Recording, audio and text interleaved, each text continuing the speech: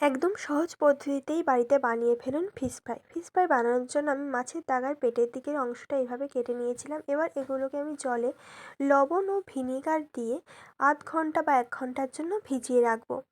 অন্যদিকে আমি মিক্সিতে পেঁয়াজ কুচি, আদা, রসুন, কাঁচা লঙ্কা ও ধনিয়া পাতা দিয়ে আমি এটা পেস্ট করে নেব।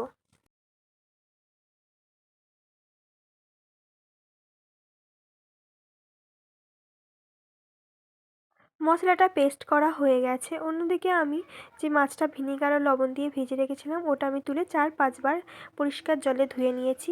এবার আমি মাছের উপরে দিয়ে দিচ্ছি যেই কাঁচা লঙ্কা ধনেপাতার পেস্টটা করেছিলাম সেটা, আর দিয়ে দিচ্ছি পরিমাণ মতো লবণ ও সামান্য কর্নফ্লাওয়ার দিয়ে আমি এগুলো ভালোভাবে মিক্সড করে নেব।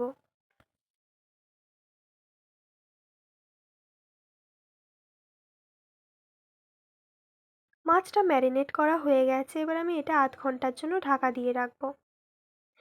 ০.৫ ঘন্টা পরে আমি মাছগুলোর গায়ে ভালোভাবে এইভাবে বিস্কুটগুলো লাগিয়ে দেব।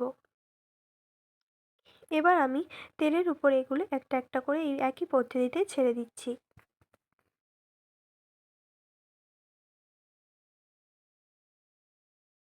এবার এগুলো একদম লাল লাল করে ভেজে নিতে হবে।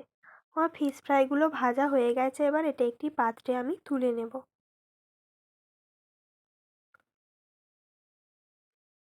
আমাদের তৈরি হয়ে গেছে টেস্টি টেস্টি মুচমুচে ফিশ ফ্রাই।